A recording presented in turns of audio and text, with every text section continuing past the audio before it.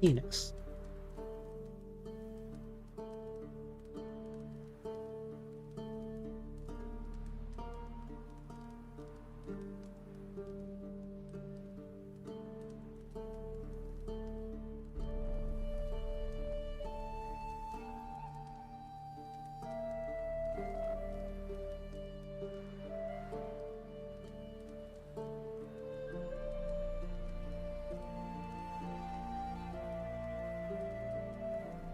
Kami, how's it going, man?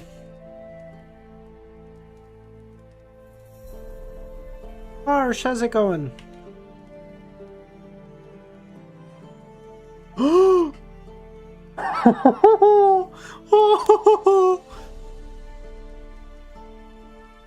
Bug, how's it going?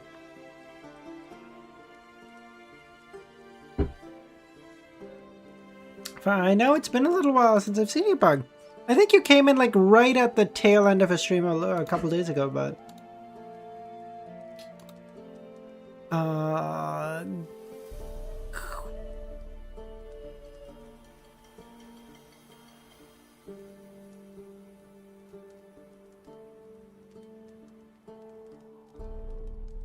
Silverstein, Goldilocks, Bronzer. I'm thinking like metals or something, like precious metals.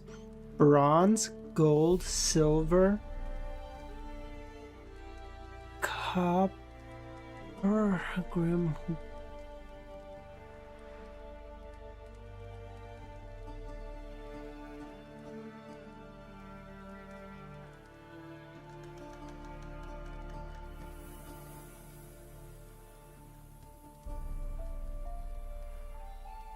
Fiberglass? I think that makes any sense. Oh, okay, well that's not a thing anyway. Foundation, liner,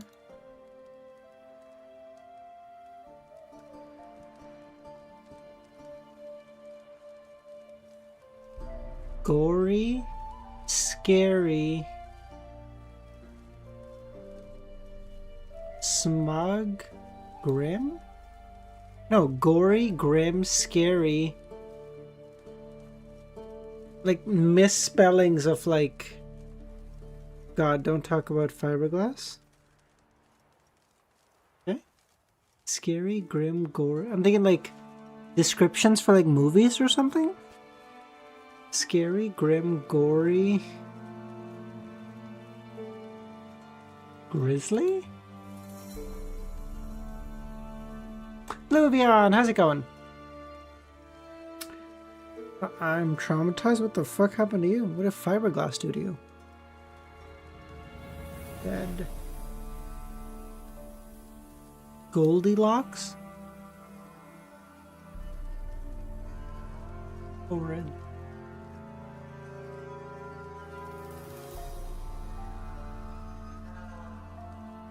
Maybe don't Goldilocks bear porridge bed? I don't know what that... Harsh, the go! Hold on. Featured in Goldilocks and the Three Bears? Go! Oh my god, so clever. Okay.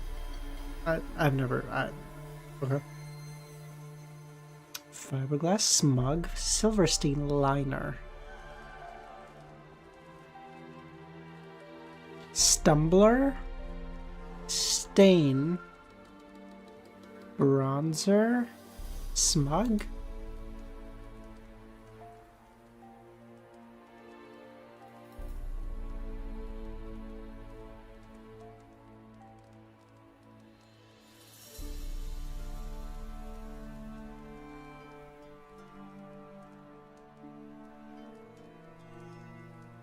There's a makeup thing called bronzer? Foundation, liner. I don't know what stain is. I don't know what bronzer and stain are. I know what these two are. Ending with drinking vessels, glass. Steam? Mug. Tumbler.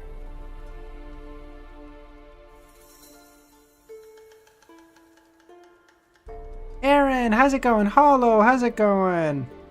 Just finished volume 3, just about to finish 4? Holy shit, let's go, Hollow!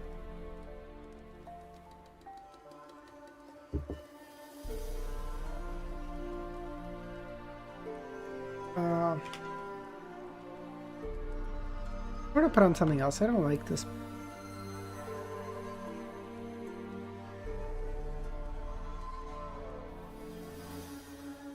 I like this.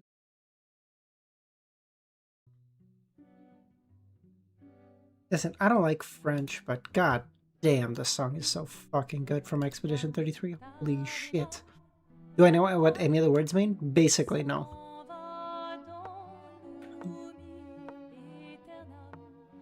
Hey, Gustav.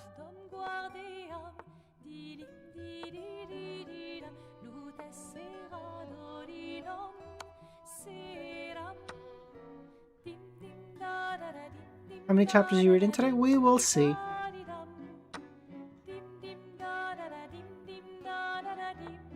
There's Latin and gibberish in that song, not fully French. Ah, I see. Okay.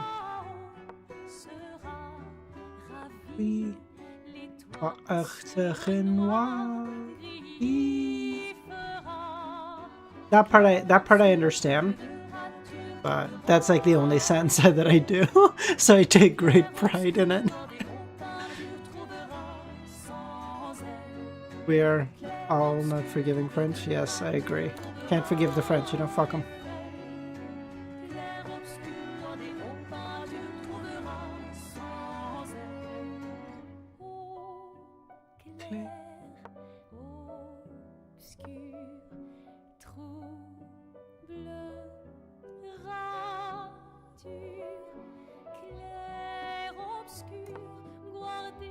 Did you see the Carnage in Darius? No, fuck no. Fuck with that shit. Nuts.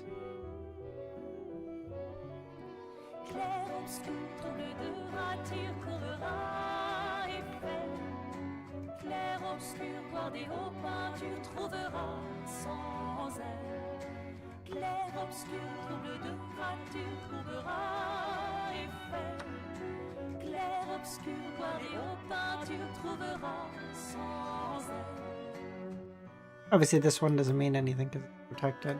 This threat is very real. I wonder if he sees it. Kami committed jet. Okay, I'm not saying that word. Ooh, caught myself. Caught myself. Oh, you bitch.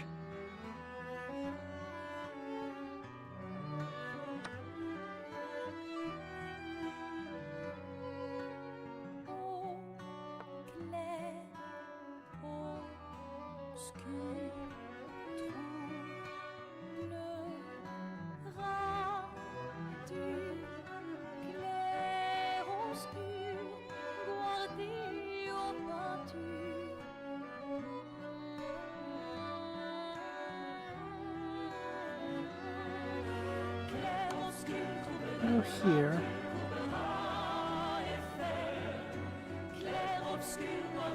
Oh, I could have taken his bishop. Oh shit. That's bad.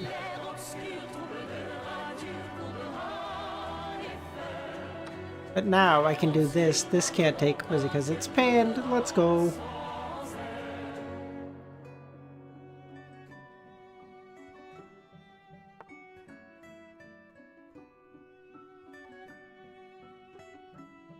And now this protects this, protects this. Oh shit!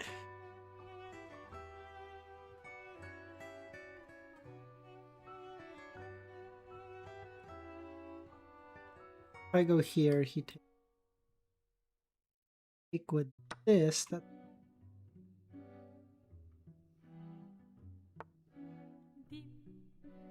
da, da,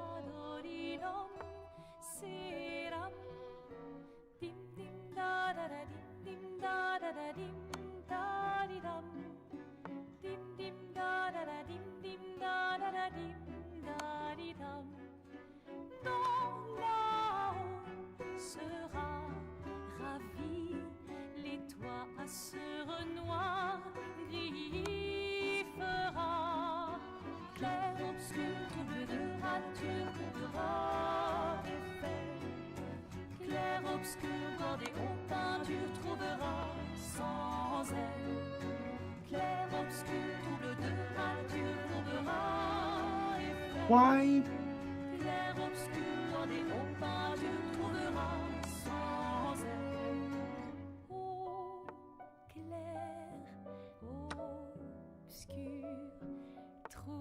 Oh, pawn check would have actually been.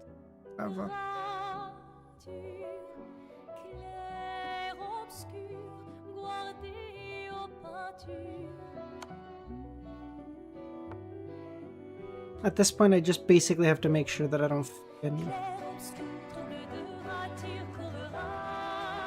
drop the sauce. It's a Lumiere from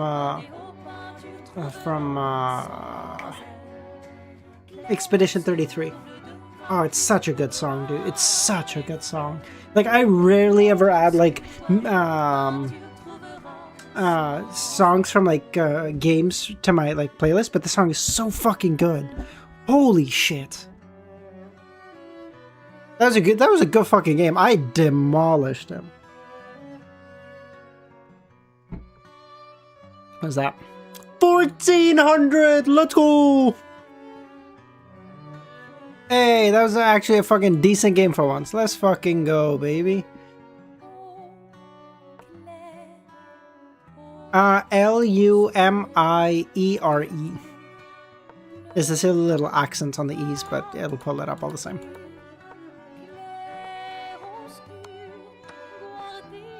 Sorry, I know you guys don't give a shit about fucking game review, but all the same.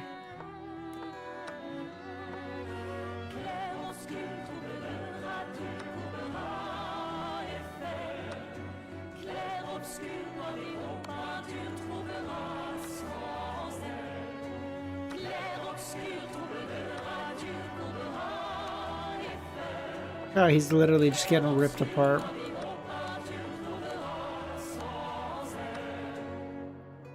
Mate in 6. Mate in 4. And mate in 3. But then he goes like... here. I go here, he takes... I go here, he takes...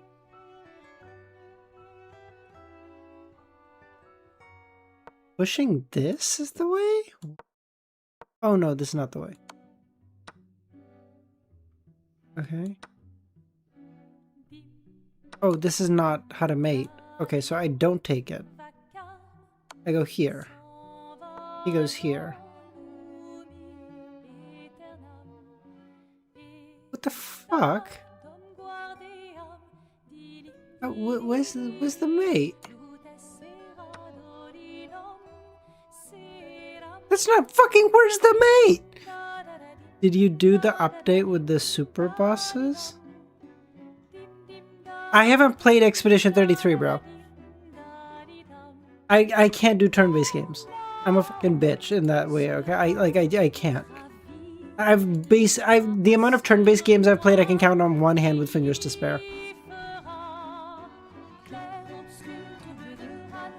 I can't. I've tried.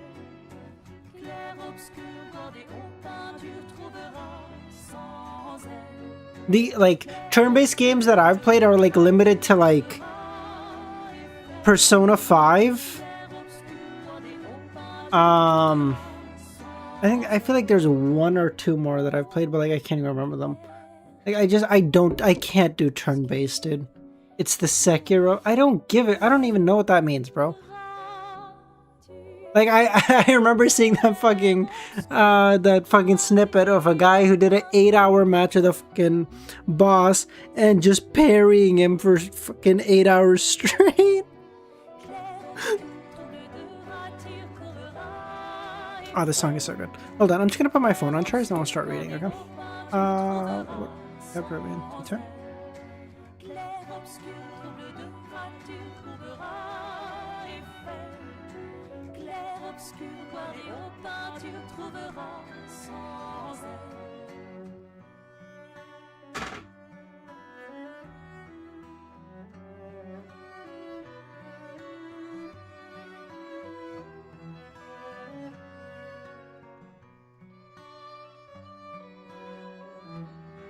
I'm back.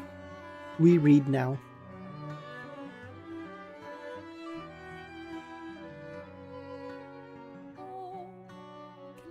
She got spoiled. Adam is already here, but not seen, and we had to delete.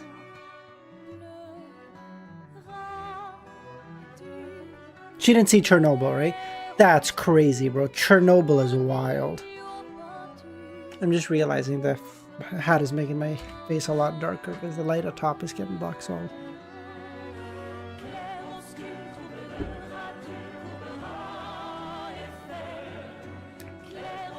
No, but we crashed out. Oh wait, hold on. What fucking chapter am I? 211 is where I left, I guess. Who did it? I did. No, I'm just kidding.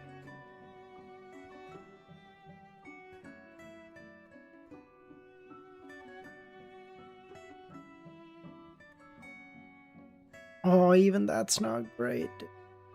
It's not great. Even the Adam bit. I don't know where she is in the story, but Adam... Whenever Adam showed up was like the most mind-bendy fucking... And I would assume she's still... she still hasn't really seen Adam for the first time, so... That first fucking reveal is supposed to be out of your fucking...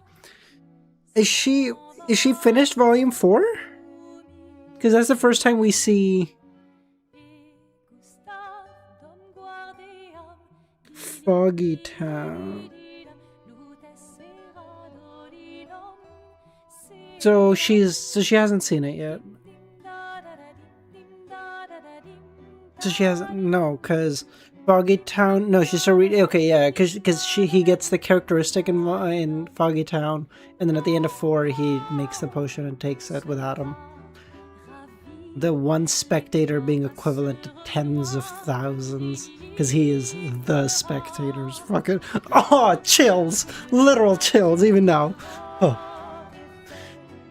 Oh. With a delicate, while Lumion sneezed, Franca swiftly took 2 steps forward and crouched down beside the fake Ive's lifeless body. With a delicate grip. Wait, no, we've already done this, haven't we?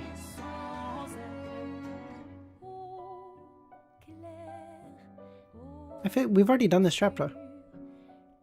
Yes, we've already done this chapter. No. 12, actor. And that chapter number is wrong anyway.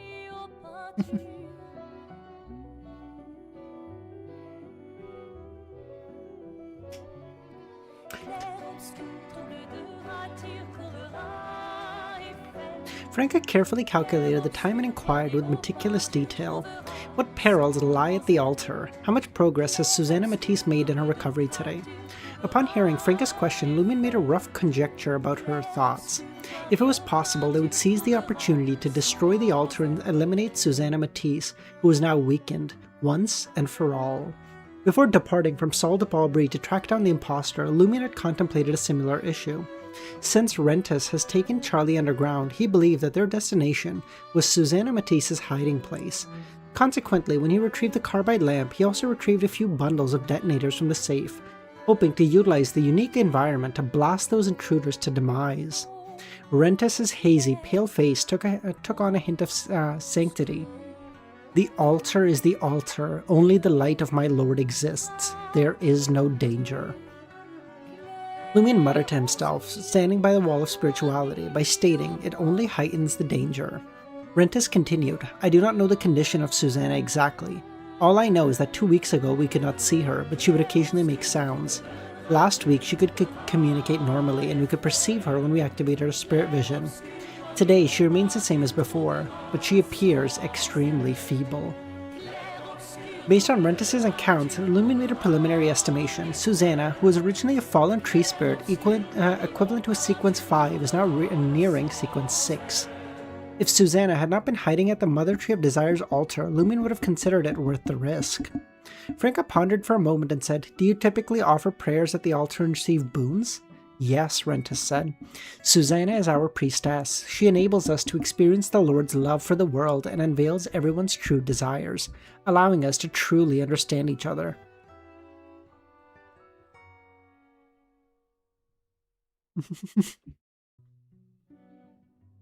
Yeah. Harsh, have you seen fuck, what's the anime? Oh, have you seen Kuroko no Basket?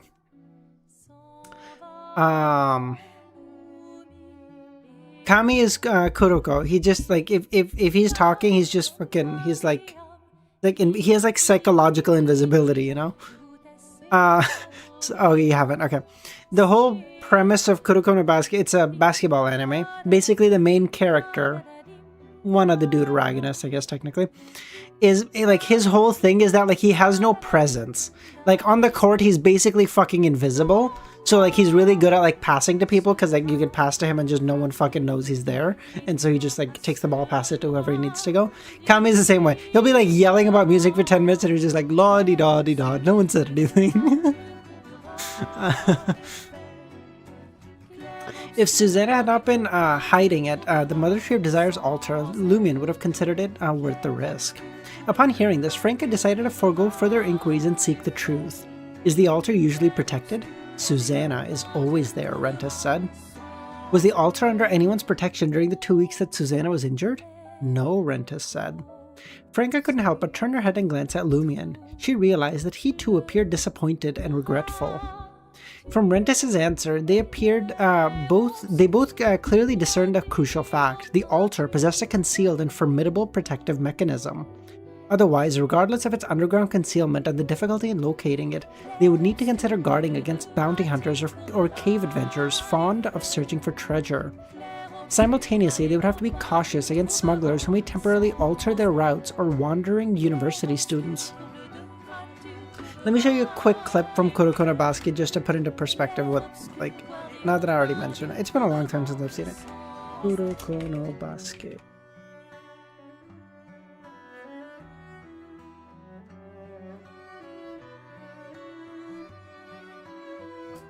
Pass.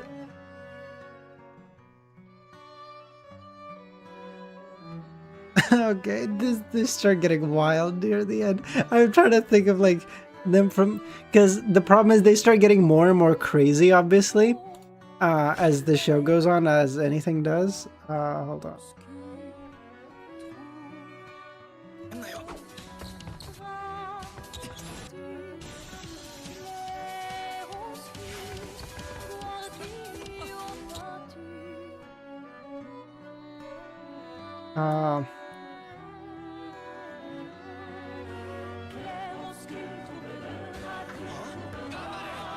So, like, he's like a really skinny guy, you know, who doesn't have like a good build or whatever. And they're like, what the fuck are you gonna do? So he's like, just pass me the ball. And they're like, what the fuck are you gonna do when you get the ball?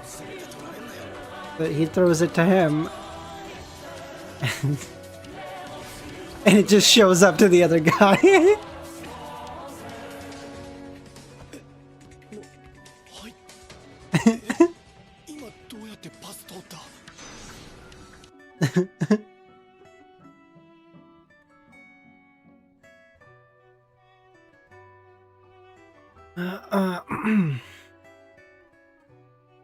Franca sighed, deciding that it would be best to leave the altar and Susanna in the hands of the authorities. Franca shifted her gaze and inquired about something else. How many members are there in the Bliss Society at the theater? Not many, Rentis said, but I only know of a few. Hedzi and I report to Maipu Mayor. He is the theater manager and represents Susanna in the core affairs of the Bliss Society, since she became an evil spirit. Why choose a man? Maipu Mayor used to be Susanna's lover, Rentis said. Franca clicked her tongue and sighed. So we have the High Priestess going against the principles of the organization, loving both men and women? Rentis didn't shy away from revealing the truth about Maipu Mayor. Before Susanna joined the Bliss Society, they were lovers. Furthermore, he was the only one who could make Susanna feel at ease and relaxed. After her divine awakening and embracing her faith in the Lord, she transformed the Bliss Society and recruited Mayor. However, their relationship ceased. When she became an evil spirit, she no longer limited her affections to women and resumed her affection with Mayor. Meanwhile, she sought out other targets, infiltrating their dreams and draining their energy. She would fall in love with them before killing them. Charlie's face grew more and more pale with each passing word. Franca, who had seriously contemplated having her lover Gardner bear her child, commented, "This is all twisted." She then smiled and said, "Does Mayer enjoy wearing green hats?" "No, now he exclusively wears a black top hat. He even meticulously grooms the tip of his beard," Rentis said. Lumion recalled the meaning of a woman's death in Onnet Town during Mr. K's gathering. Didn't you guys tell you that the green hat means is like a cuck hat or something? Am I making this up? I don't know. If Mayer receives a boon and becomes a male fallen tree spirit, how could he enter women's dreams? Aha! I was right, Chris.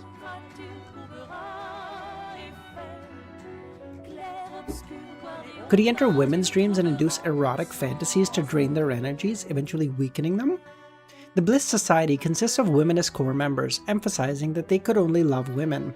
It is unlikely for males to achieve high levels of power. Those incidents were not a result of the Bliss Society, but they too believe in the Mother Tree of Desire? Why don't you even know the number of members in the society? So, other than Susanna, there are no other female members amongst the society you're familiar with? Only Mayer interacts with the female members, Rentis said. While I am uncertain about the past status of the female members at the theater, I can only speculate on who they were. How? Franca asked. Those who joined our theater started as supporting actresses. Through honing their abilities, they eventually became the leading ladies before leaving. They were the core members of the Bliss Society. The theater was established as a safe and dependable venue for them to fulfill their inner desires, until they could gain initial control. Why must they act? Lumion asked. We were blessed with boons equivalent to Sequence 7 called Actor, a gift that enables us to invoke a deep yearning for attention and desire to perform in our target. It awakens in our own hidden desires. Desire to showcase ourselves. Easy.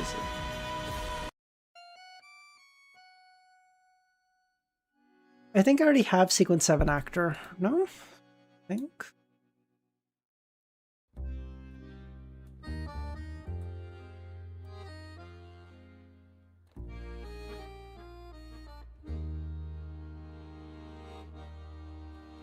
I don't? The fuck? I thought for sure I'd have it.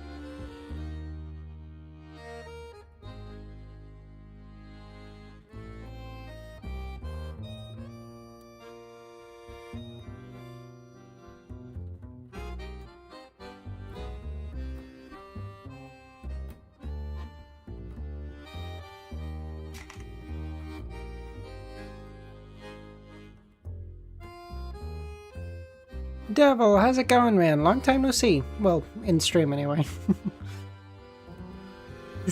Before we fully master the power of this boon, we cannot restrain this impulse. Therefore, we require a stage to satiate our desires without arousing suspicion. Every applause from an audience is a validation for us. A peculiar sequence. Instead of immediately attacking Rentis, I confronted him. I failed to utilize the dagger in time to suppress my explosive desire, because unknowingly, my own desire to perform was awakened, Lumion realized. That explains it. No wonder I was so immersed in acting today, Franca said. Does your ability to disguise as Ive and CL also come from an actor? We can manipulate our skin, muscles, and bones to an extent. We all possess the necessary skills for disguise, including makeup techniques and prop production. Moreover, actors have the ability for imitation. They can strongly portray anything. If they act as an ordinary person, their astral projection will appear ordinary as well. If they portray a soldier, they will display remarkable combat and marksmanship. What if they act as a woman? What if they act as a Beyonder? Franca and Lumion both asked. Finally, the two of them understood how the fake Ive could deceive official Beyonders, and why the theater performers excelled in their craft. Working with real actors every day, it is no wonder their acting skills are top-notch. To portray a woman, you need to prepare props in advance, such as fake breasts and long hair, Rentis said. When acting as Beyonders, I have observed them beforehand. I can replicate their corresponding abilities, but they won't have tangible effects. They're more like illusions. However, if I'm given the opportunity to closely observe and learn from a Beyonder over months, I could perform similar but weakened abilities. Impressive, Lumion sighed. Who were you impersonating when you emanated that powerful aura? None other than Susanna, as she connects with the altar's aura when conducting the boon ritual, Arentis said. It appeared that Susanna had merged with the altar and could exhibit powers at the demigod level. Do actors possess any other abilities, Frank asked. No. However, Mayer once cautioned me against becoming too engrossed in my roles. What are the other names of the sequences corresponding to actor? Here it is. Sequence 9, Scrooge McDuck. Sequence 8. I'm not reading. Nah, fuck it. Sequence 8, Sex Addict. Sequence 6, Recipient. Bro, how do we go from sequence 8 to 6? Recipient, really? Sequence 5, Baby Cupid?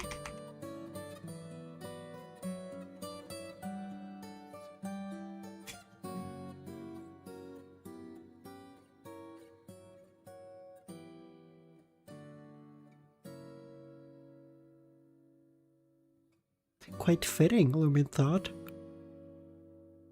What does recipient entail? It involves craving success and recognition from high society or the public, Rentis explained. It seems that you actors aren't necessarily equipped to control your corresponding desires at every sequence. At sequence 5, won't your desire explode upon encountering anything? In truth, as they progress through the sequences, individuals can gain control over their desires, Rentis said. For actors, the main desire is acting. Their desire for wealth and the opposite sex is only a little stronger than usual. They won't appear pathological or uncontrollable. Oh, so the Headsy guy was a sequence 8, wasn't he? Oh, that makes sense.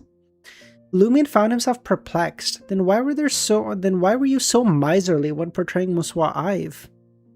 Because the real Ive is like that, and I must stay true to the role. Can Baroque, get your money up, bro.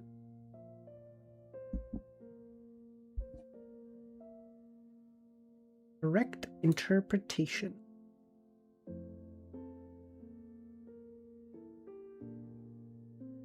Ugh, the fact that I'm already yawning is a sign. It's okay, I just have to get up early tomorrow, and then I can sleep in. It's been like weeks since I've been able to sleep in, so I can't fucking wait. I'm not fucking waking up early for shit Saturday or Sunday. I don't give a fuck. Upon hearing Rentis' response, Lumion found himself torn between laughing and rejoicing. Originally, Lumion believed that Beyonders, like the Muswa Ive who worshipped the Mother Tree of Desire, would struggle to control their insatiable hunger and desires. That's why he chose to use a gold coin to carry the vagrant's bad luck. To his surprise, the followers of the evil god were mainly influenced by specific desires at different stages. Once they mastered that power or received a new boon, they could break free and progress to the next stage. In simpler terms, if Rentis hadn't been portraying Muswa Ive and didn't feel the need to exhibit stinginess, there's a good chance he wouldn't have picked up that ill-fated gold coin. Pounds of rubbish. No, my dad has he has an errand to run on Saturday, so he's going to be out of the house for most of the day, so I get a big chill. I'm not doing shit, brother. I didn't even go to the gym today. I'm being a lazy fuck because I'm so tired. Of course, if Rentis hadn't attuned to changes in fate and failed to detect the issue with the gold coin, he likely would have claimed it for himself once he realized its owner was long gone and wouldn't return. After all, he possessed a touch more greed than the average person. As the saying goes, finders keepers. I'm so sleepy, Hars. I could fall asleep right now, bro. We could do a sleep stream, okay? I could just pass out right here.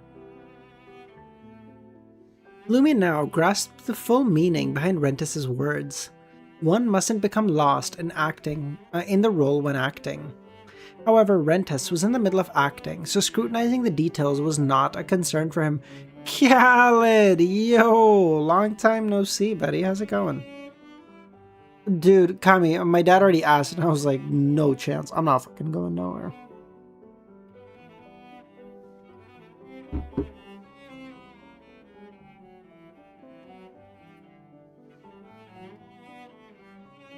Franca sensed that the spirit channeling was coming to an end and asked, "Who are the suspected core members of the Bliss Society?"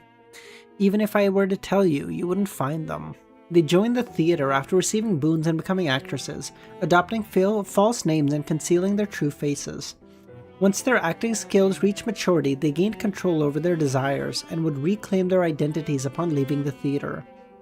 If you wish to uncover their identities, gather a list of all the female leads in the theater plays from the past 2 years, and look for the ones who perform most frequently." Could Charlotte Calvino be one of the core members of the society? She played the lead in the play Forest Fairy.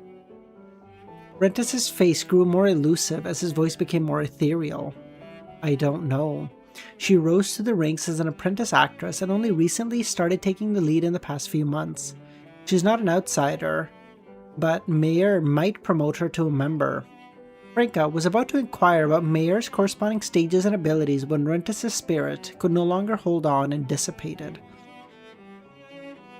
"I didn't manage to get to Mayer," Franca said. Forget it. We'll just leave it to the authorities to handle."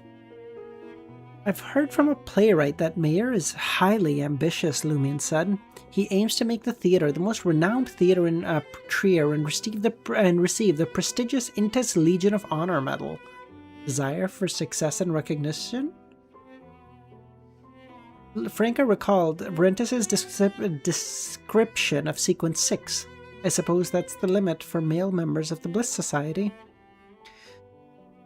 Franca had already collected a stack of items: 2 metal canisters, a leather wallet, a peculiar dough that conformed to facial contours, thin skin-like pieces, bro-like eyebrow pencils, and various makeup tools. "Give it a sniff," Franca tossed the metal canisters to Lumion. Lumion distinguished them for a moment before saying, "One contains the scent you just experienced, and the other should have a sedative." "Mysticism-branded smelling salts?" Franca mused. "You can keep what's left of the canister you have. This one is mine. I'll give you the sedative. Choose from these disguises and take the money from the wallet. Anything you don't want, I'll keep." Hell, this Poper doesn't even possess materials, talisman, or weapons, let alone any characteristics. "The sedative and mysticism smelling salts will prove useful," Lumion said. Franca, who didn't overlook any part of Rentus's body, including his crotch and soles, he had found nothing. "Bro, this is so ass. You can kill a Beyonder and not even get a fucking characteristic? Bro, fuck these stingy-ass gods. At least the Orthodox gods will give you an actual characteristic." And they're like, "Listen, if you lose, we lose that, but I'm willing to make that sacrifice for you." Whereas these fucking stingy-ass fucking outer gods are like, I'll give you a boon, but if you die, I get it back."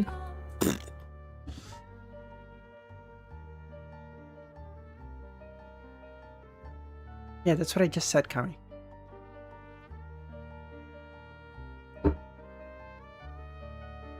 With that, she rose to her feet and looked at Charlie and muttered, "You witnessed our clash with Rentus. What should we do?"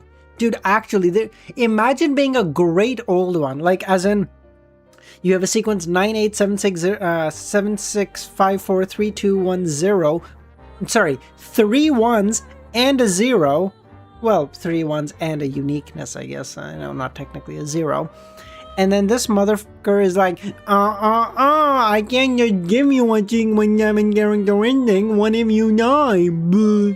Fucking poor.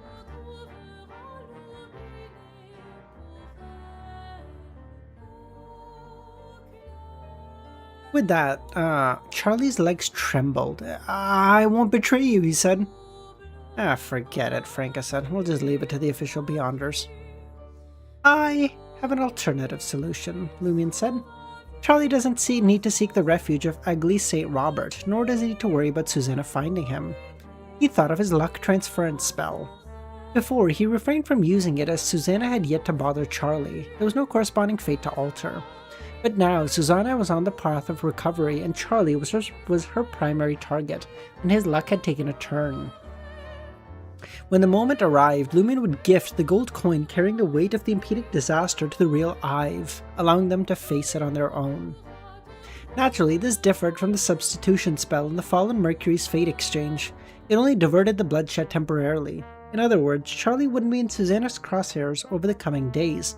But in a few days' time, unless Susanna was purified or lost her memories, the threat would remain. When Lumen realized that Charlie's luck was in jeopardy, he refrained from intervening because he could only change Charlie's luck, not his own. Susanna would undoubtedly target him as well, the adversary who had provoked Charlie's betrayal. Really? Charlie thought. Do you trust me? Lumen smiled. I trust you, Charlie stammered. You like to tease people about trivial matters. What way? Franca asked. A method you shouldn't know, Lumen muttered silently. If I wish to alter Charlie's luck, mere prayers won't suffice. I must harness the power within. Poor Charlie, I'll have to knock him out. I can't expose the corruption or the suspicion of me seeking aid from an evil god. Just as Lumen was about to instruct Charlie to accompany him and prepare for his temporary incapacitation, a thought flashed behind him. Utilizing this power seal constitute exploiting Termi Boris? Should I write to Miss Magician? Previously, the tramp's ill fortune bore no relation to mysticism or abilities. The ritual required minimal power, but the support needed to resist a Sequence 5 evil spirit atop a god altar would likely be several times greater. Since Charlie's luck had changed, everything had become urgent, and the timing was impeccable. If I hadn't just corresponded with Madame Magician and received her reminder, I might have already altered Charlie's luck. What's the matter? Franca asked. I just realized that the method I want to do has some flaws. Ah, Charlie thought. I have an idea as well, Franca ruminated. Charlie won't head to the cathedral. He will follow us to Rue de Blue Blanche. As long as we survive the night, we'll be okay tomorrow. Think about it. Our plan was to confront Susanna, and she still has 2 days remaining. Even if we face an attack tonight, it will likely come from Mayer and his lackeys. Even if he recruits one more member of the Bliss Society, as long as they are inferior to Susanna at the altar, we should be fine. If things don't go as planned, we can create a commotion and attract the official Beyonder's attentions. That is the worst case scenario, but if Charlie goes to this cathedral, we must consider moving, and we could become targets. I have no objections, Lumen said. I don't have any issues either, Charlie said. Charlie held considerable confidence in CL and Franco. Lumen focused his attention on Charlie's luck. To his surprise, the impending disaster had noticeably weakened. What? Charlie's misfortune lies in participating in the luck transference ritual? Did his fate change when I abandoned the notion? Although a bloody calamity still awaits, it's less severe. Fucking Termi Boris, Lumen thought. 214, encounter. Chance encounter? So around 2:30, you guys said we should start getting good chapters, is that fair? So hopefully by the weekend, we should be getting good chapters.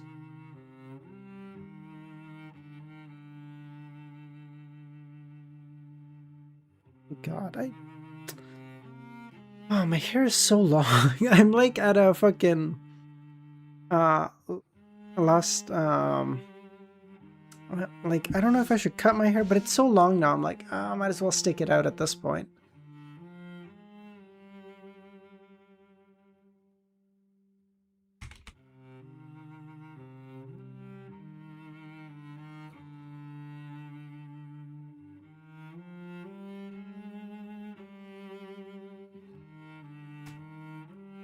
Let's try to get to like 217 or something if we can. I feel like that's a good place to end.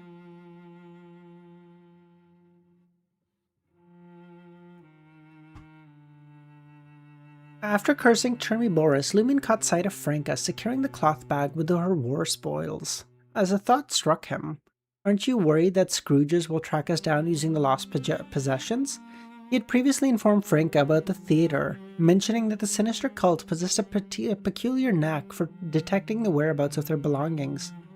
In contrast to the perverted Hedzi, Rentis carried out his orders dutifully. If something to happen to him, he may possess something from Mayer. That ability will surely have its limitations in terms of time and range. By the time the folks at the theater realize Rentis is missing, it will prove increasingly arduous for them to track us down. Besides, with Charlie here, they could find us if they truly wanted. Whether we take them or not, Charlie is akin to Susanna's lost possession. No, her lost lover. Charlie stood dazed, bewildered at the conversation between CL and Red Boots. It wasn't until Franca mentioned him that he really kind of understood the situation. We're not lovers, he retorted. Franca consoled Charlie. It'd be helped. She's convinced of it on her own accord. Persuaded by Franca's argument, Lumion ceased dwelling on the Scrooge's ability. He pulled out the ritual dagger and promptly tended to his wounds.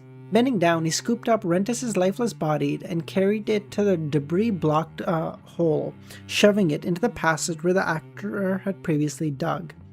Charlie watched in horror, marveling at CL's skills as a ruthless mob leader who struck fear into the mobs. His attention then shifted to Rentus's attire: shirt, vest, pants, and boots. They seem pretty new.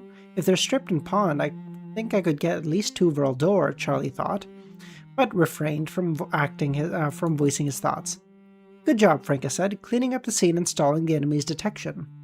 I worry that Mayer will exercise caution. Once Rentus fails to return tonight, he'll lead his men here and stumble upon him. Then he may choose to abandon the theater and relocate with the remaining members of the society. Maybe we don't even have to wait. Susanna will undoubtedly prod him if she can find a way to contact him.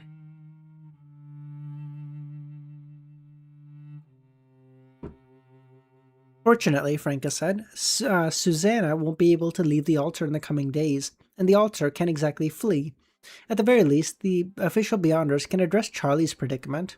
Not necessarily, Lumion countered. We shouldn't make assumptions about the evil god's altar using conventional logic. It's akin to never fathoming that a man could give birth. Huh? Charlie thought, failing to understand their situation. Franca fell silent, before nodding. That's true. The true form of the altar is like a massive tree stump. It may possess life, and when the time comes, it can uproot itself and transform into a treant. Exactly. How can it be called a tree spirit without a tree, Franca said. He recollected wearing mystery-prying glasses at Auberge de Côte d'Or, where he had witnessed an extensive underground network of brownish-green roots stretching in all directions. Emerging from the hole, he retrieved the carbide lamp and the enemy's lantern. He scrutinized the structure of the tunnel, ceiling, and the surrounding rock walls. Every now and then, he extended his palm, gently patted and knocked against them. Confused by Lumion's action, Franca asked, "What are you doing?" "I'm searching for a suitable spot to hide a bundle of explosives and bury the corpse. We mustn't make too much noise to avoid alerting Susanna, who's deep underground, and Mayer, who's above." Simultaneously, he had to ensure that the ground wouldn't collapse, endangering the buildings above. Clearly, the municipal workers had worked diligently to reinforce these areas when connecting the underground quarries, sewers, and various tunnels. Regular repairs were carried out, and minor cave-ins posed no threat. Using his hunter abilities, Lumion soon identified a depression on the wall and placed a bundle of detonators there. Unfortunately, we don't have the necessary tools or materials, or we could set up a trigger for the explosives under the corpse. When Mayer arrives and tries to lift it, boom! Lumion said with regret. What the fuck was that? Since consuming the first potion, he hadn't had the opportunity to execute a hunter's bomb trap and showcase his abilities. Charlie's heart raced as he listened, confirming CL's reputation. Indeed, a true hunter, Franca exclaimed. Lumion then took out a match, igniting the fuse. He then stood up and began walking towards Charlie and Franca at a steady pace. Hey, Charlie hurried Lumion. His calf muscles tensed, preparing to leap behind a rock to avoid the explosion. Dressed in a simple formal top and cargo pants, Lumion had only covered the distance of 7 to 8 meters when the detonator exploded. The tunnel trembled slightly and the stone wall beside the hole collapsed, burying most of the already unstable opening. Flames ignited and gravel scattered, but they didn't reach Lumion's back. The only affected area, 2 to 3 meters away from him and in a different direction within the tunnel. Lumion didn't dare to evade or turn around. He approached Franca and smiled. "Let's go," he said. With that, he turned around and swiftly headed towards the exit of underground Trier. Black flames silently flickered behind her, igniting the blood on the ground, filling the air with its scent, and engulfing the red remnants. Charlie's eyes widened, as if he had stepped into a dream. Only when Lumion patted him on the shoulder did he turn and follow. Tomorrow, and the day after, Franca said, we'll discover whether Susanna and the altar have been eradicated by observing Charlie. Whether Susanna comes after him? Lumion asked. If it were the case, Franca would have said 2 days later, instead of the day after, tomorrow and the day after. How? Charlie thought. If the official Beyonders don't come looking for you, it means you have truly escaped the nightmare called Susanna. If they do come and offer you a good position, congratulations. You will have hope entwined with danger. What do you mean? Charlie asked. If you become a query policeman with a modest salary of 300 world d'or, you'll face conflicts with smugglers, cave explorers, and bounty hunters. There's a certain chance of sacrifice. Are you willing? Of course, Charlie blurted out. Oh, dope. He's got... nice, okay. Plague, how's it going? Though being a query policeman was perilous, most of them managed to survive. If Susanna wasn't completely purged, the official Beyonders would offer Charlie a job that would make it easier to protect him. Positions that come with good pay. The 3 of them exited underground Trier, maneuvering around the alley and crossing a barricade, taking a secluded route to Rue de Blue Blanche and arriving at Franca's apartment. Now we must endure, she said. After Lumion and Charlie also sat down, the living room fell into a silence. This made Charlie uneasy as he looked at CL and said, "You actually possess mystical abilities. If not, how could I have slain Margot and Hammer, become the guardian of Saul de Balbry and Auberge de Côte d'Or?" Lumion chuckled. That's true, Charlie pondered. As the trio talked, the needle of the cuckoo clock gently approached midnight. Outside the window, the darkness remained undisturbed. Plague, I will. On the weekend, I will. I've been meaning to do this. I will on the weekend, okay? At that moment, faint footsteps resonated from outside the door, approaching swiftly from below. Jenna, I forgot you were coming over today, Franca said. Franca looked over at Lumion and then Charlie. As a brief moment of hesitation, she closed her eyes and waited for Jenna to open the door. With a click, Jenna, dressed in a white blouse and fluffy beige skirt, entered in. What's going on? Jenna asked. We were getting bored. We thought of playing Fighting Evil. Want to join? We have 2 decks of cards. Jenna peered suspiciously for a moment, sensing that Franca didn't want to disclose the real reason in front of CL. Damn it, it's already late. Why are you still playing cards? I have a packed day tomorrow. I need to sleep. Literally 3 a.m. Where are you? 6 hours ahead of me? UK?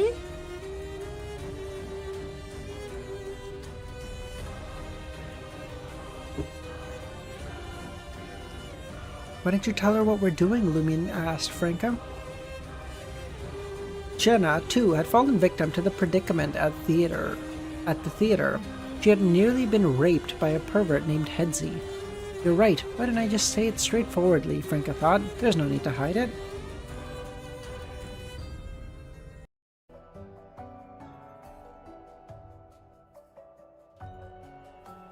Don't you, what does Jenna usually keep busy with? Lumion asked. Don't you know? She's an apprentice in acting, studying drama. It's not like the old days. In the previous era, apprentices could learn for free as long as they signed a contract, even receiving food and accommodation. Nowadays, not only do they have to pay fees, but they also need to cover all the expenses. At which theater is she apprenticing? I never asked, Franca muttered. In that instant, Jenna emerged.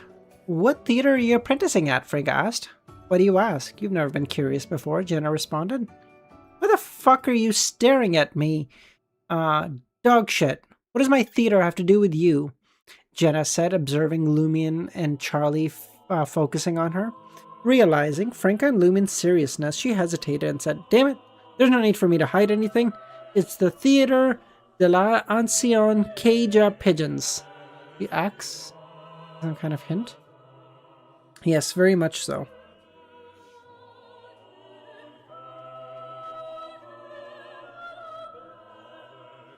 Jenna's worry.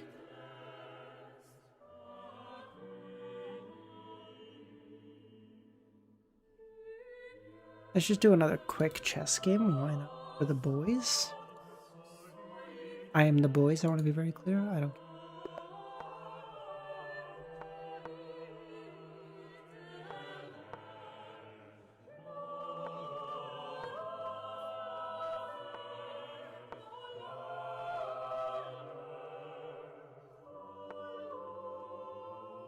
Oh, I want to take this so bad, but I won't.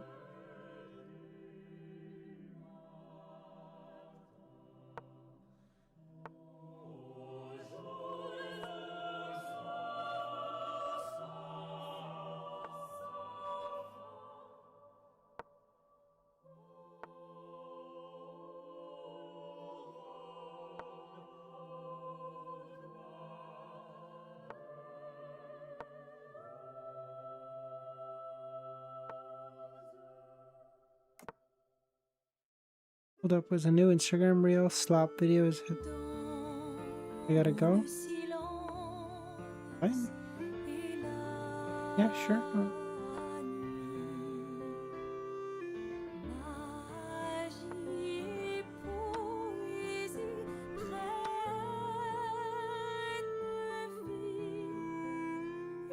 Here.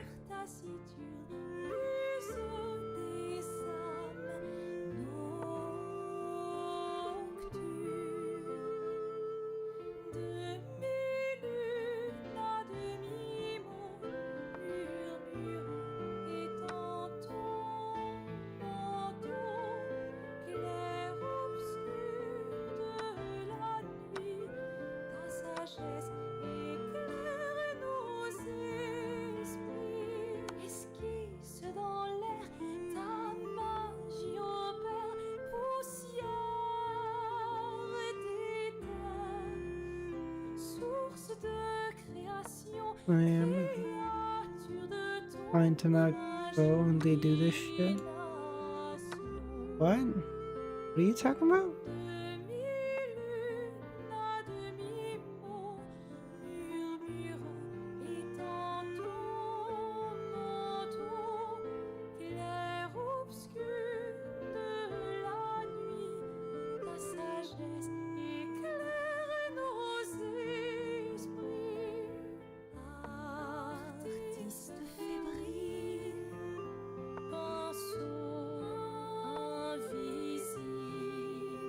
I recommend you trash. I got recommended your trash to the leveling video. Hey, yeah, have you considered giving it a like? I'm just, you don't have to. Yeah. I mean, I can't make you, but I'm just saying, like, have you considered it? Just asking, you know? Have you really considered it?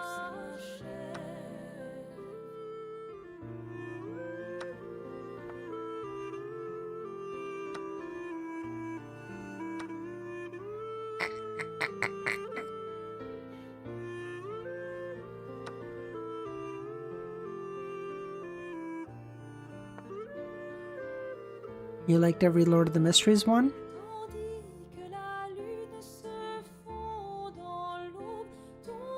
And I appreciate that. I do. I'm not, you know, for sure. I'm just saying, like, you know, maybe the other ones too.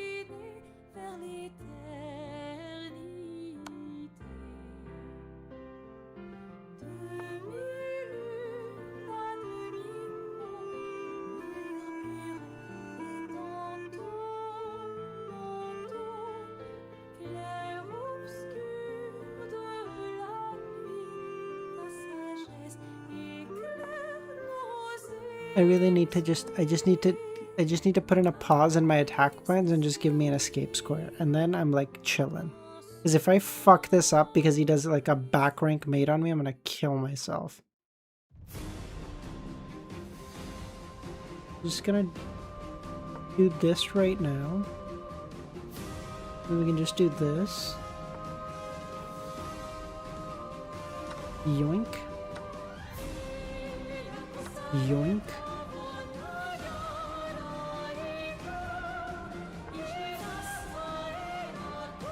Yoink.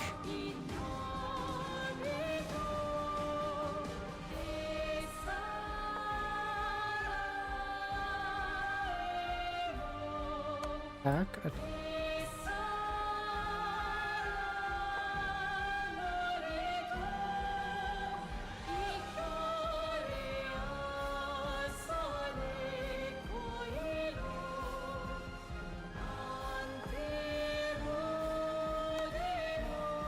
What are we doing here? Why are you wasting my fucking time?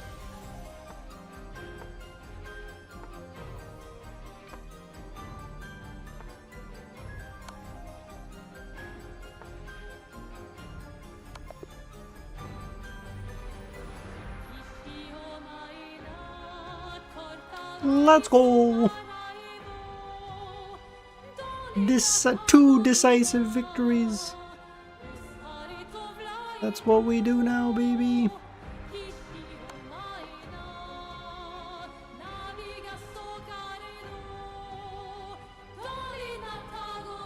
Let's keep going.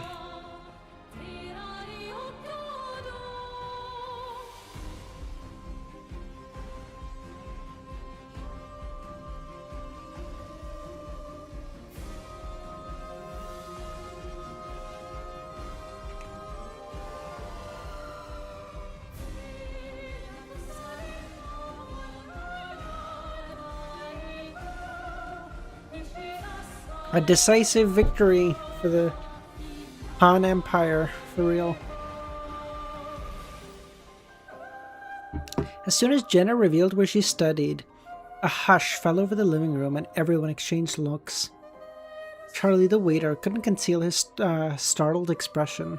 What's wrong? Is there a problem? Jenna asked. Lumion seized the moment and tossed a Louis d'Or at Jenna's feet, his eyes intently following her every move, even the slightest flicker. God damn it, what the fuck is the meaning of this? Jenna looked at the Louis d'Or in confusion. Not a Scrooge, Jenna said. Not a Scrooge, Lumion said. Of course, Franca responded. We meet often. She may be a bit frugal, but she's not a fucking Scrooge. Plus, she's definitely not a sex addict, and her acting skills leave much to be desired. What the fuck are you two talking about? Jenna asked. You explain, Lumion told Franca. Franca rose and tried to allow Jenna to squeeze into her recliner with her, but realized it was too cramped. Jenna opted for an armchair instead. Do you remember that creep, Headsy? I remember, goddammit. He died too easily. Using this as a starting point, Franca delved into the secrets of the Bliss Society, the dark sequences tied to an evil god, and the Mother Tree of Desire. The connection between the Bliss Society and the theater, the various details involved. Jenna, having absorbed Franca's mysticism knowledge, grew more and more astonished. It was as if a door had swung open, revealing a new world. A scene entirely different from what she knew. After Franca finished her account, she blurted out, "Did that creep target me at the theater?" After considering that Headsy was a subordinate of the theater manager and associated with the Bliss Society, he likely frequented and serendipitously entered the theater. Jenna suspected that the pervert often lurked into the shadows, observing the apprentice actresses. It's possible, Franca said. Jenna was undoubtedly attractive. After her time at the theater, where she honed her acting and makeup skills, her allure had emerged. However, she wasn't a full-fledged witch yet, nor was she overwhelmingly captivative. In the bustling marketplace, there was no shortage of underground singers who were more alluring and could ignite the desires of men. Jenna glared at Lumion and said, I realize that since we met, you've never praised any Orthodox god. I don't know if you're the believer of the EBS, Lumion chuckled, or the god of steam and machinery. It's suspicious. Most of the time when I meet you, I'm dressed like this, wearing smoky makeup symbolizing debauchery. My dear, he's really good with his fingers. If I want to praise the sun like this, the god would I believe God would eviscerate me. As she spoke, she pointed to her chest, revealing an ample amount of cleavage. And Franca never praises any deity either. Why aren't you suspecting her? Who says I don't? Franca declared. Buy Steam! Your acting skills are mediocre. Aurora is the same. She rarely mentions her faith and doesn't attend mass, only praising the sun when questioned. Buy Steam, Lumion said. Caught up with her action, Charlie instinctively spread his arms wide. Praise the sun! After a few seconds, as if no one knew how to proceed, Lumion asked Jenna, so your true identity is an apprentice actress? Well, then I am qualified to critique your acting skills, and let me be clear, I'm not some low-class hooligan with a vulgar mouth. I'm merely playing the role of an underground songstress. How'd I do? Was that pretty convincing? No wonder I find you rather refined, Lumion mocked. What do you mean, rather? Charlie's gaze darted between their faces, landing on Franca. Franca pursed her lips and observed Lumion and Jenna as they bickered. Lumion dismissed Jenna and said, "Let's discuss the theater." "Damn it, my tuition fees," Jenna blurted out. "Didn't you mention that Mayor might escape the members with the members of the Bliss Society? Won't the theater just collapse? I've already paid a year's worth of tuition. Fuck. I need to get my money back." "Weren't you claiming that your foul mouth and low morals was an act?" "I am currently Jenna, the underground songstress, and I am still in character and I haven't broken free." "God damn it, don't you fucking understand? This is method acting." Yeah, Franca chimed in.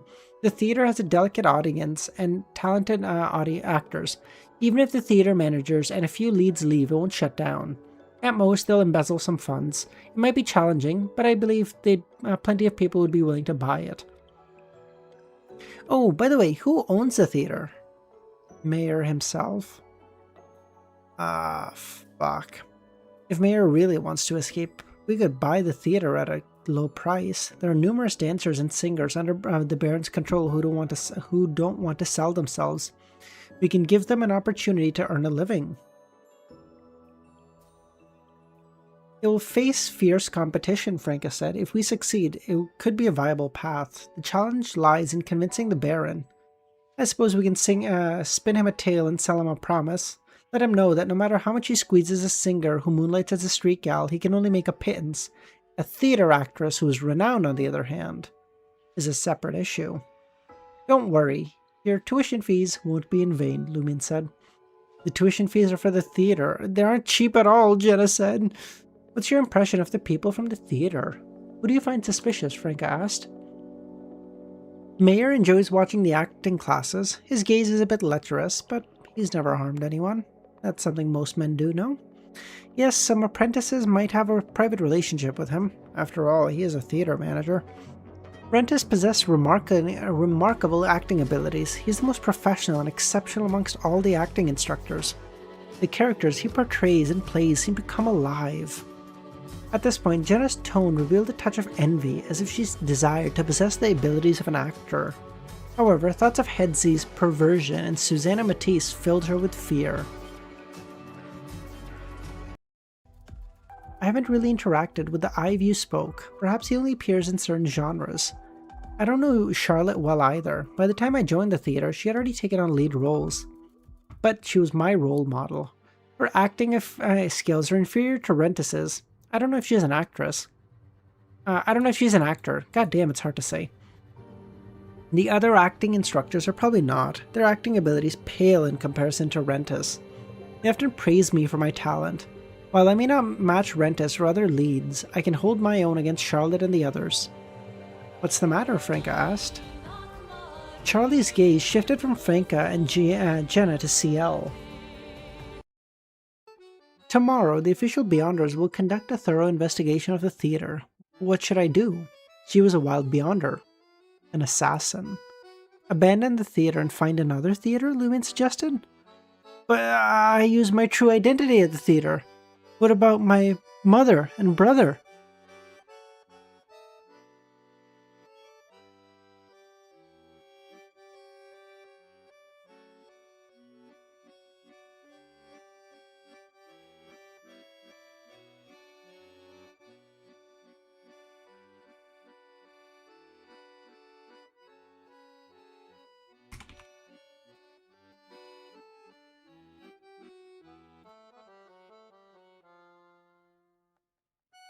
Lumion wasn't sure if Jenna's bounty would have consequences for her family, so he turned to Franca, hoping she could use her connections to persuade the official Beyonders to overlook a mere apprentice actress. Franca didn't hide her dilemma. Helping to hide something was not an issue for someone like her, but if they expected him to meticulously cover for someone during an operation, two conditions had to be met. First, he had to be involved in the operation and responsible for investigating. And second, he needed some information about Jenna to determine who 007 should assist. Franca didn't believe that 007 happened to be in the market district by chance. At best, he could pass on the information. The chances of him being in charge were unlikely. "I can try, but I can't make promises," Franca said. Lumion pondered and said, "You're just an actress apprentice. What are you so scared about? Even if the official Beyonders investigate, they won't waste much time on you. Think about it. You've only been in the market district for a bit, and you haven't even become an apprentice actress yet.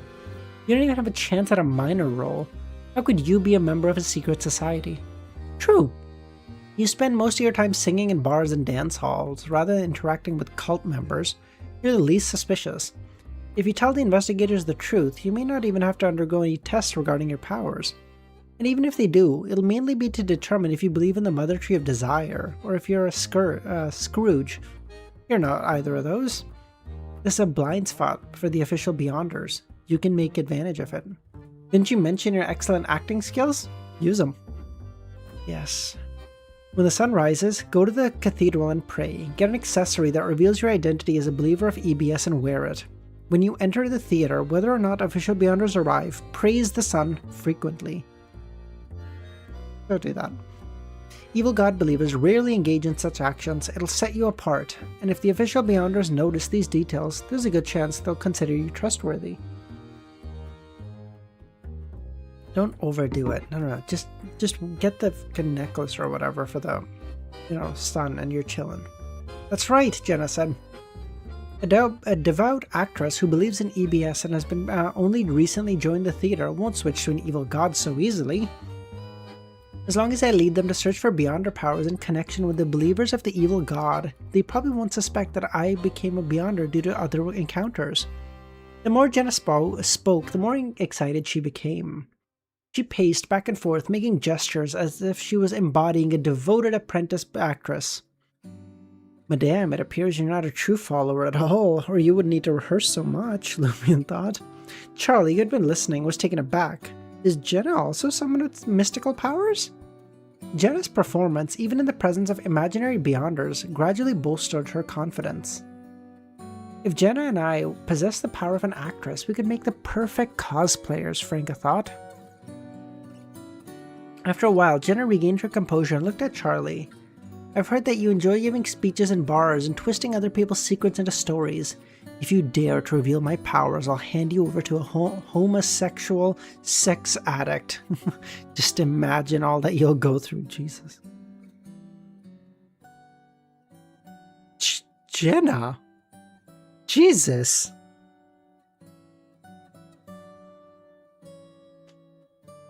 Charlie couldn't help but pause for a moment, shuddering.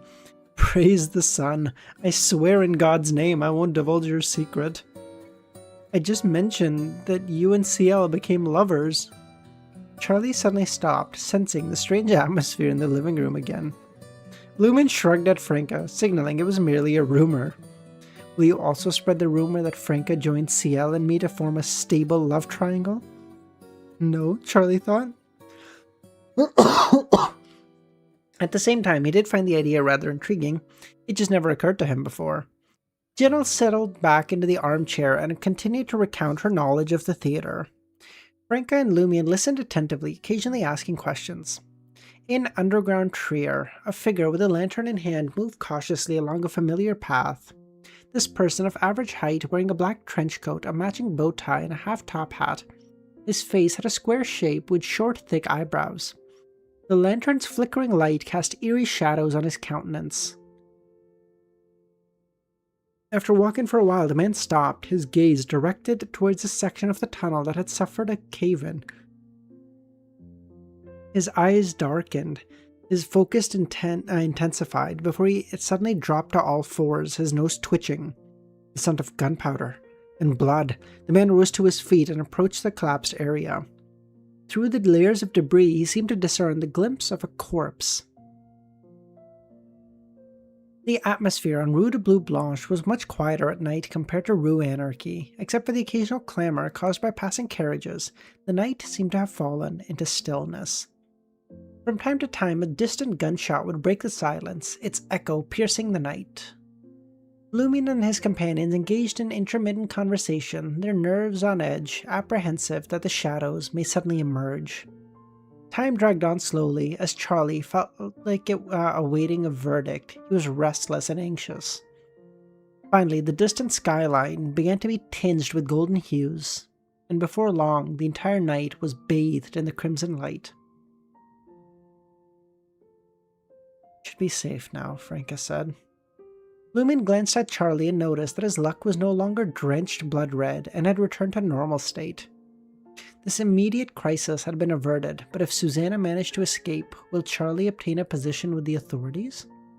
For the time being, all I can say is, we should be fine, Lumion nodded.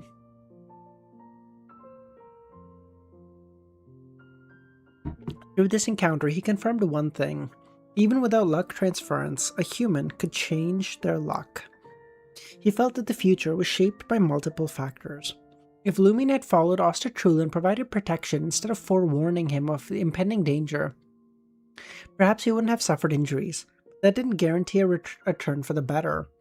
Lumion's protection may have implicated Asta, leading him to be dragged to the river's depths by another water ghost. Does inevitability imply that regardless of the choice one makes, a fate that is destined will manifest? Lumion turned his gaze to Jenna. Jenna possessed average luck, neither filled with fortuitous encounters nor dangers. Why are you staring at me? Jenna asked. After a night of acclimating, she refrained from uttering vulgarities. Are you planning to go to the theater looking like that? Lumion pointed. Oh right, I haven't even taken off my makeup, Jenna thought. Getting up and rushing to the washroom, Franca stood up and stretched, paying no mind to her appearance. Will the act be convincing? She whispered at Lumion. Yes, Lumion replied with confidence. Previously, he wasn't sure, but after observing Jenna's luck, he was more certain. I'll keep an eye on her too, Franca said. You seem rather skilled at deceiving official beyonders, as I expected from a... Dead criminal, she mouthed the word silently. Not just deceiving official beyonders, Lumion thought, pointing at Charlie. I'll take him back to the motel to rest, just in case the official beyonders can't find him. I'll leave Jenna in your care. You make it sound like she's your lover, asking me to look after her, Franca retorted. By that time, Jenna had finished removing her makeup and changed her clothes. Lumion and Charlie had already left, and Franca told 007 about the altar, the actors, and the other informants. At that moment, Jenna's face was no longer adorned with smoky eyes, pronounced blush, and fiery lips. She appeared clean-faced. When did you become involved with CL? Aren't you afraid the boss will find out? Jenna said. Franca chuckled. Him? It'd be far too sinful. I can't do that. Why? Jenna asked. To her understanding, Franca's moral boundaries weren't that strict. CL was only a few months away from adulthood.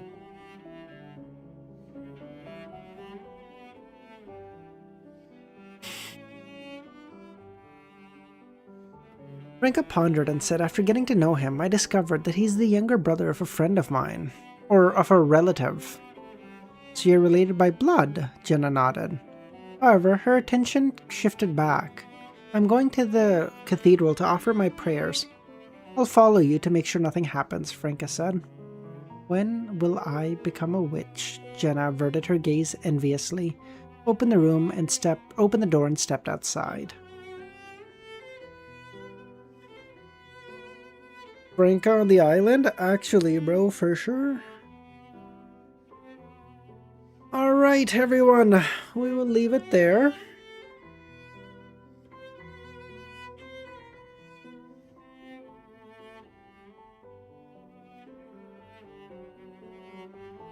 Good lord. Alright, guys. We'll end stream there. We'll keep going tomorrow. We should... So hopefully by Saturday we should be on like good chapters, hopefully, and let me go from there. Alright everyone, have a good rest of your nights, and I'll catch y'all tomorrow.